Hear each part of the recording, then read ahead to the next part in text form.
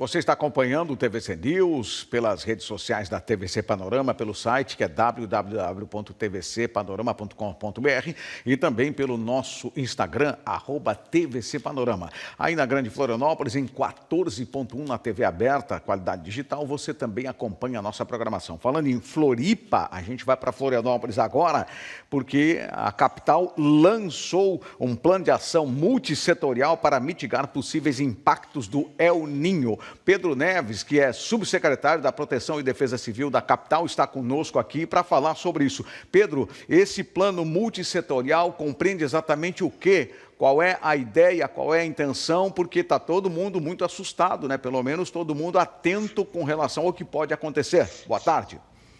Boa tarde, primeiramente, boa tarde a todos. Na verdade, a Defesa Civil, de modo geral, ela é um órgão que ele é um meio de campo. Por isso a importância da gente ter esse plano multissetorial. Nada mais é do que uma atuação integrada entre todos os membros aqui do Poder Público Municipal, integrados com o Poder Público Estadual, para a gente ter toda essa prevenção, preparação para dar resposta a esse evento climático que se avizinha.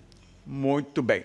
Olha, a gente tem conversado com vários secretários de Defesa Civil de municípios e o que a Defesa Civil do Estado tem orientado a vocês, por exemplo, da capital, que fica muito próximo? A Defesa Civil do Estado, ela dá as diretrizes principais para a nossa atuação, né?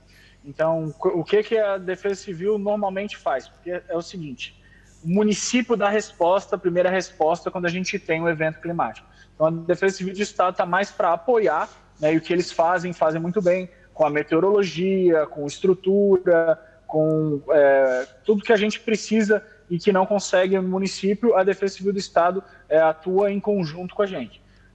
Na capital, todo mundo sabe que boa parte da cidade ela fica, né, numa ilha, então a gente tem aí normalmente um impacto muito grande quando a gente tem chuvas associadas ao maré alta, né, que é algo que acontece frequentemente. Então a gente está atuando muito nesse caminho também.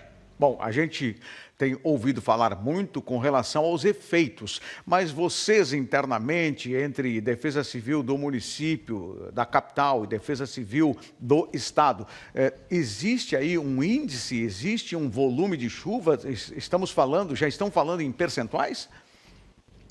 Olha, não tem nada concreto com relação aos números, mas o que a gente sabe é que vai ser um El Niño forte, mais forte dos últimos aí, mínimo 15 anos, então a gente está se preparando com relação a isso, porque assim, a chuva ela vai vir, né? Como a gente vai dar essa resposta, como nossas infraestruturas vão responder, aí depende do nosso trabalho, né, do que a gente está fazendo para mitigar os efeitos dessa chuva. Então vamos lá, o que está sendo feito para mitigar os efeitos dessa chuva?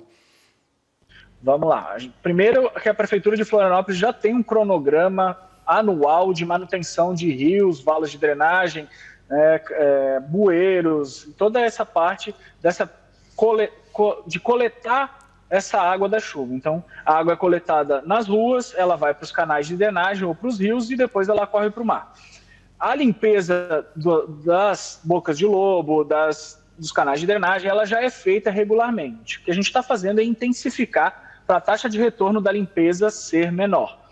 E, em paralelo a isso, agora com o decreto, né, a gente vai ter a possibilidade de fazer a limpeza em locais onde normalmente a gente tem dificuldades, como, por exemplo, a área de preservação. Muito bem. Pedro, há uma preocupação muito grande com relação às residências que ficam nas encostas, ali, por exemplo, nos morros, né, que cercam aí e fazem parte da geografia da capital. Há um plano com relação a essas pessoas, a esses que residem nessas áreas? Já existe um investimento municipal em estruturas para mitigar os riscos de deslizamento, né? A gente tem aí o Plano Municipal de Redução de Risco, onde a gente tem áreas que estão sendo contempladas com muros de contenção. Fora isso, né, as áreas que ainda não foram contempladas, a gente vai trabalhar muito forte na parte de informar essas pessoas, né, dizer para elas qual que é o risco e quando ela entra em contato com a Defesa Civil, quando ela sai das residências. Então, o nosso papel também é informativo com relação a essa questão aí. Tá certo. Olha, Pedro Neves, subsecretário de Proteção e Defesa Civil de Florianópolis, muito obrigado por ter nos atendido. Nós estamos com os nossos espaços à disposição da Defesa Civil sempre que for necessário, principalmente quando mais vai se aproximando essa previsão do tempo que poderá trazer efeitos climáticos. Tomara que não. Um abraço a todos vocês, muito obrigado, uma boa quinta-feira. Obrigado, uma ótima quinta-feira e precisando, a gente está aqui à disposição sempre, 24 horas por dia, 7 dias por semana, no 99. Tá certo. Obrigado, Pedro. Um abraço. Olha, um professor aposentado no bairro Dona Lilia, em Balneário Camboriú, montou uma exposição e aí essa exposição tem chamado a atenção de muita gente. Vamos conferir. O Centro Educacional Municipal Dona Lili, no bairro da Barra, em Balneário Camboriú, é palco de uma verdadeira viagem pela história das Copas do Mundo.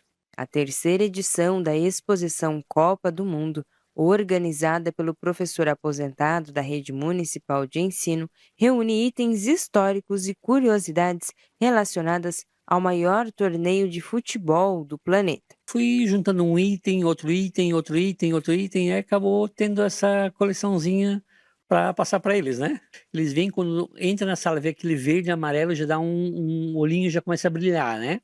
E outra situação, quando vem à noite, que a gente abre 3 dias à noite a sala, para a visitação dos pais, das famílias, vem o pai com o aluno, ó, com o filho, eles acabam olhando, isso é da minha época, assim era na minha época, filho, e vai passando essa história de pai para filho. Às vezes vem os avós, o que está aqui é tudo, a minha coleção é uma parte da minha coleção, não tem como trazer tudo, né, o que a gente consegue trazer para a escola, e ela vai se acumulando, a gente vai achando uma coisa num estado, noutra cidade, tem amigos que ajudam a gente a garimpar, quando acham um item, mandam para a gente a foto e a gente acaba comprando. A amostra apresenta o acervo pessoal do professor, que há anos coleciona objetos ligados aos mundiais de seleções.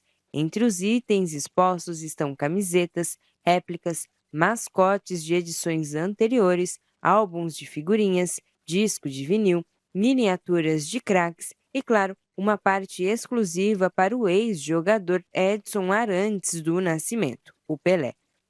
Além de diversos produtos promocionais antigos, como latas de leite, embalagens de chocolates, refrigerantes, caixinhas de fósforos, tampinhas, gomas de mascar temáticas da Copa do Mundo, revistas, chaveiros, entre outros itens. A exposição está aberta para as escolas de Balneário Camboriú e região mediante agendamento na Secretaria do SEM Dona Lili até o final da Copa do Mundo, que será no dia 19 de julho. Para o público, a exposição também estará aberta nos dias 12, 18 e 23 de junho, a partir das 7 horas da noite. Ei, Brasil! Tá ouvindo esse barulho? É o Hexa chamando! Parabéns ao professor. Gente, que fortuna incalculável a fortuna que vale o material colecionado pelo professor e é um histórico, vale muito a pena, é bom a participação. Se você puder, dá um pulo lá e leve as crianças para conhecer a história da seleção brasileira. A gente vai agora chamar a Bianca Robles, né? A Bianca Robles está ao lado da secretária da Fazenda, a secretária Magda Bez. Bianca Robles, a sua informação na abertura do jornal trouxe preocupação com relação ao seu assunto, Bianca. Exatamente, Sal. Eu estou aqui com a secretária da Fazenda, Magda Bez, para falar sobre esses golpes que estão sendo aplicados em nome da Prefeitura de Balneário Camboriú. Boa tarde, secretária, tudo bem? Seja bem-vinda. Conta pra gente, o que são esses golpes, né? Esses gastos, esses boletos gerados em nome da Prefeitura. Perfeito, boa tarde, né? Obrigada pela oportunidade, né, de podermos falar um pouquinho também deste assunto. É importante deixar claro para os nossos contribuintes que a Prefeitura Municipal ela não faz cobrança via WhatsApp e nem por e-mail. Os nossos canais oficiais, né, para solicitar os seus débitos, né, a posição financeira junto à Prefeitura Municipal é através do protocolo eletrônico ou ainda, né, em consulta ao site da Prefeitura Municipal ou do aplicativo BC Digital. Então, é muito importante que o contribuinte, qualquer tipo de recebimento, né, clique aqui ou abra esse documento, ele não faça, porque não é um procedimento da Prefeitura Municipal de Balneário Camboriú esta forma de abordagem, né? Salvo, né, se você tem algum contato nosso, né, e houve uma solicitação. Então, bem importante conhecer os seus débitos, né, e fazer essa validação prévia dentro do site da Prefeitura Municipal ou presencialmente também aqui na Prefeitura. E também aproveito a oportunidade, né, para lembrar aos nossos contribuintes em relação aos débitos automáticos em conta, né? A Prefeitura, na exceção do mês de janeiro e fevereiro, quando tem emissão dos boletos do IPTU, os débitos de parcelamentos não é padrão da Prefeitura Municipal também enviar esses documentos para débito automático na conta, né, do contribuinte.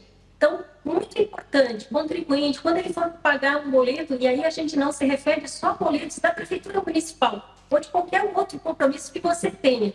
No momento de pagamento, né, verificar quem é o destinatário, quem é o beneficiário deste pagamento. No caso da Prefeitura Municipal, sempre a Prefeitura Municipal de Balneário Camboriú deverá ser o recebedor desse pagamento. Então, bem importante estar atento. A Prefeitura Municipal de Balneário Camboriú não faz cobrança pelo WhatsApp e não faz cobrança por e-mail.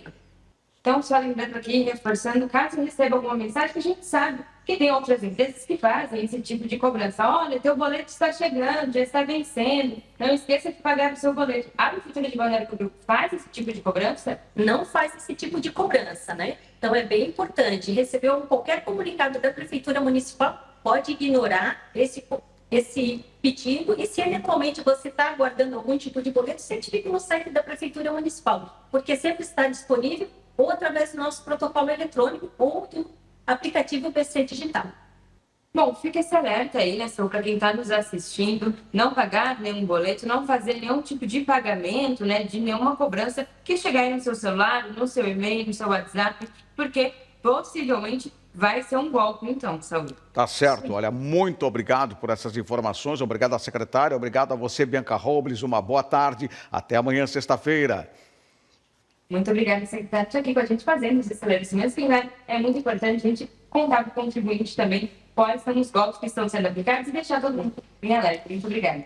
Perfeito, muito obrigada, sempre à disposição. Obrigada, Saúl. Um bom dia a todos e até amanhã. Tá certo, muito obrigado a Bianca Robles. A gente faz um intervalo agora. Depois do intervalo, a redução do ITBI em Camboriú incentiva a procura pela regularização de imóveis. E Camboriú entra no clima da Copa e instala um telão para a população assistir os jogos da seleção brasileira. E ainda tem a previsão do tempo. Depois do intervalo.